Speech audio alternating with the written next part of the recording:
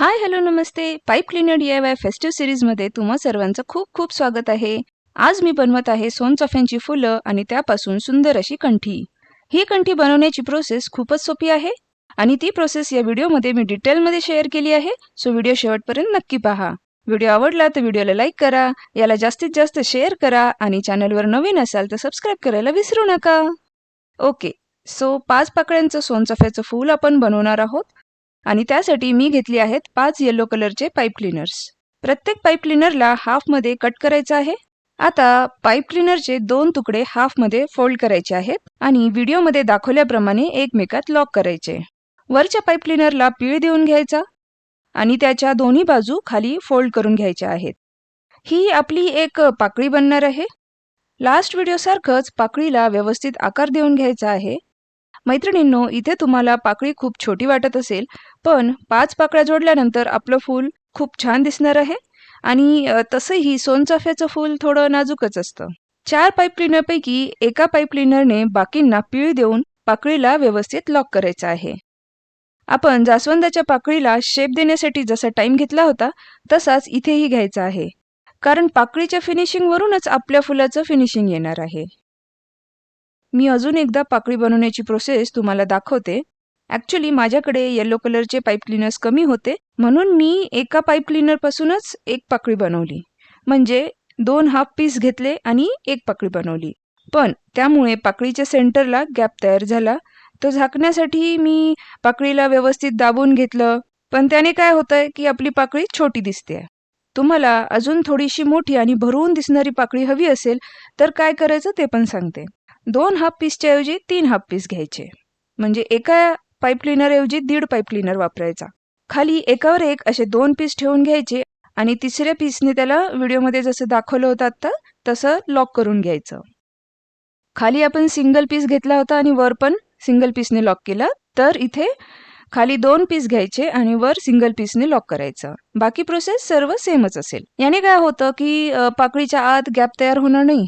आपली पाकळी छान फुगलेली आणि भरून दिसेल आणि अल्टिमेटली आपलं फूलही भरूनच दिसेल. बरं, आता 2 पीस वापरून पाकळी बनवली तर फूल काही खराब दिसत नाही बरं का. सुंदरच दिसते. फक्त थोडं नाजूक दिसतं. व्हिडिओच्या सुरुवातीला तुम्ही पाहिलं असेलच की सर्व पाकळ्या बनवून झाल्यानंतर यांना हॉट ग्लू गनने जोडून घेऊया.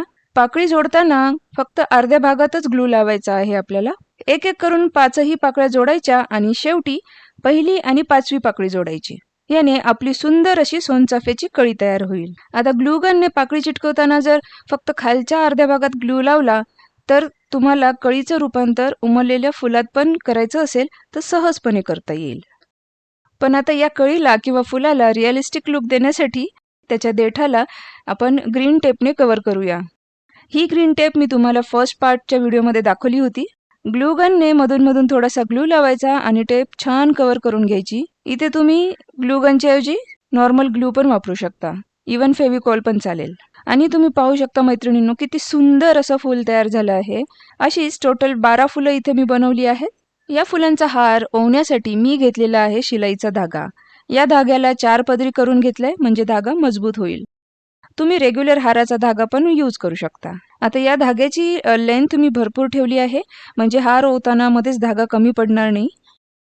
तुम्ही जर अशी हाराची ऑर्डर घेत असाल तर ही गोष्ट नक्की लक्षात ठेवायची आहे, म्हणजे आपला हार जर एकाच धाग्यात ओवलेला असेल तर तो मजबूत राहतो.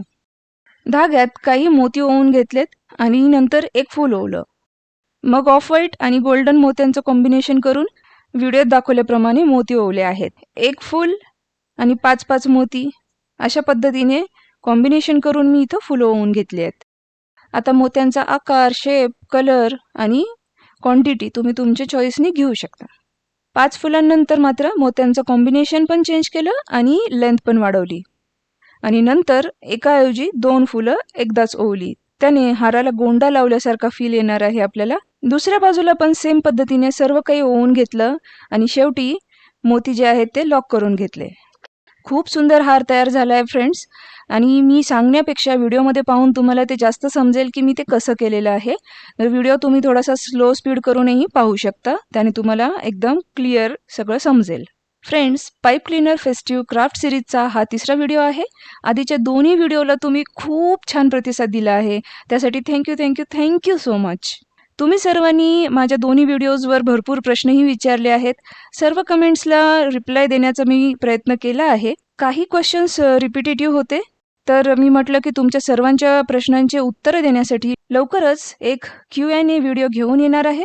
तोपर्यंत अजून काही प्रश्न असतील, काही विचारायचं असेल, तर तेही तुम्ही मला व्हिडिओ खाली कमेंट करून नक्की विचारू शकता.